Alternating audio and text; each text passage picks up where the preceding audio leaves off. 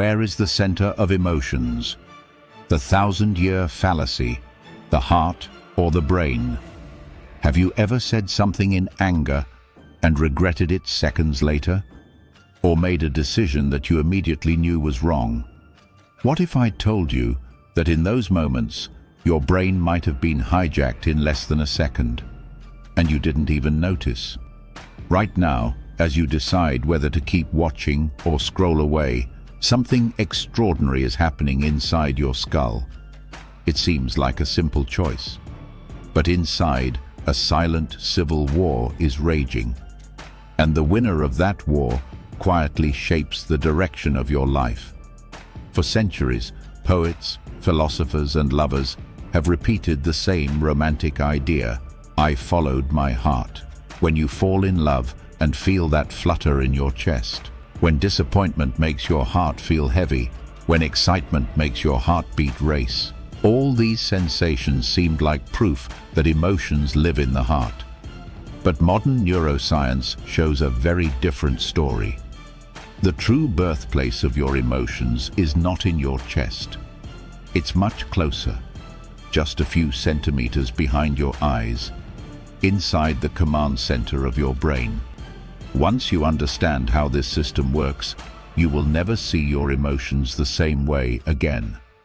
Here's the first shocking truth. Your heart is not the master of your emotions. It just follows orders. Your heart is not a poet. It is not making decisions. It's a mechanical pump responding to signals from your brain. When emotions rise, your brain releases a chemical cocktail into your body: adrenaline, cortisol, norepinephrine. These chemicals prepare your body for action. Your heart beats faster, your breathing becomes shallow, your muscles get more oxygen, your attention sharpens. Emotions are not random feelings. They are ancient survival strategies crafted by the brain over millions of years. But if the heart is only following orders, who is giving them? To answer that, we need to travel deeper into one of the most mysterious regions of the brain, the limbic system. The limbic system, the emotional command center. The limbic system is one of the oldest parts of the human brain. Long before language, logic, or modern civilization, this system was already working. Scientists often call it the emotional brain, because it constantly monitors your environment, asking one question: is this safe or dangerous? If you don't understand how it works, something crucial happens. You don't control your emotions. Your emotions control you. Ever wondered why you explode in anger even when part of your mind whispers, "Don't"? Or why a smell, song, or memory suddenly pulls you back years in time? These reactions are not random. They are created by two powerful structures in the limbic system, the amygdala and the hippocampus. Understanding them is like opening the control panel of your mind. The amygdala, your brain's 24/7 security guard. Deep inside the limbic system sits a tiny almond-shaped structure called the amygdala. Small, but hugely influential. Think of it as your brain's security guard. Its mission is simple: keep you alive. But there's one big problem.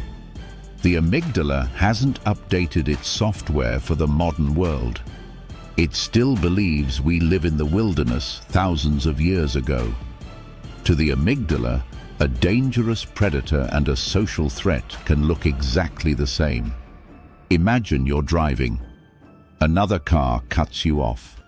Within milliseconds, your brain reacts. Your heart races. Muscles tighten. Jaw clenches. You may shout words you regret seconds later.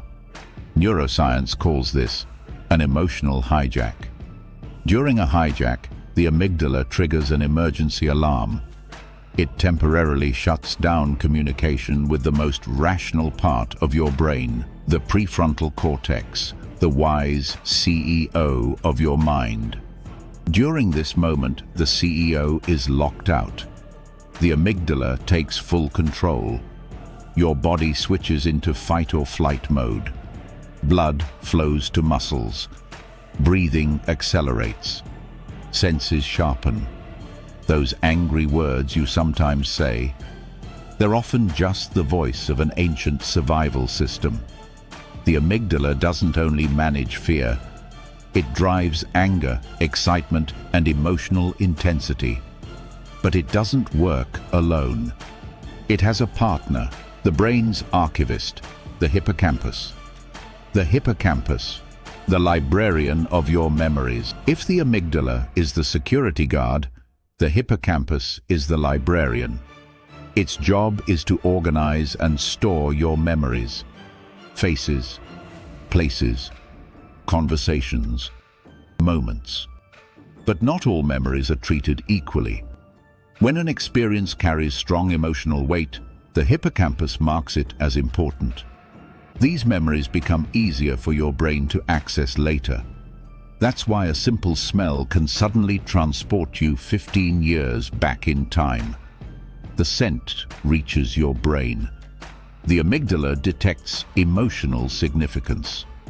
The hippocampus retrieves the stored memory. Within milliseconds, an old emotional experience returns to the present. What feels like a sudden emotional wave is actually a collaboration between memory and survival systems. Your brain constantly uses past experiences to predict what might happen next. The vagus nerve, your brain's secret phone line. Emotions don't stay in the brain, they travel through your body. The connection that makes this possible is one of the most fascinating in the human nervous system, the vagus nerve. It begins in the brainstem and travels through the heart, lungs, and digestive system. Think of it as a private phone line connecting your brain to almost every organ in your body. When your brain triggers an emotional response, signals travel along this line. Feeling nervous? Digestion slows. Butterflies in your stomach? Not imaginary. Your brain is pausing digestion for the emotional moment. Here's the fascinating part. This line works both ways. Your brain affects your body. Your body affects your brain. This is called bodily feedback. Slumped shoulders, downcast eyes. Your brain interprets that as sadness. Stand tall, chest open, arms wide for 2 minutes. Stress hormones drop. Confidence hormones rise. Your body literally tells your brain everything is under control. Suppressing emotions is different. It's like sitting on a boiling pressure cooker. Pressure builds. Anxiety, panic, or physical symptoms can follow. Emotional labeling, naming your emotions. One surprisingly effective strategy is emotional labeling. When a strong emotion rises, simply naming it reduces its intensity. I am anxious right now. I am feeling anger. This activates the rational parts of your brain. Control shifts back from the amygdala to the prefrontal cortex. You give the wise CEO permission to return to the control room. Emotional intelligence. Reprogramming your brain. Emotional intelligence, or EQ, is the ability to strengthen the bridge between the amygdala and prefrontal cortex.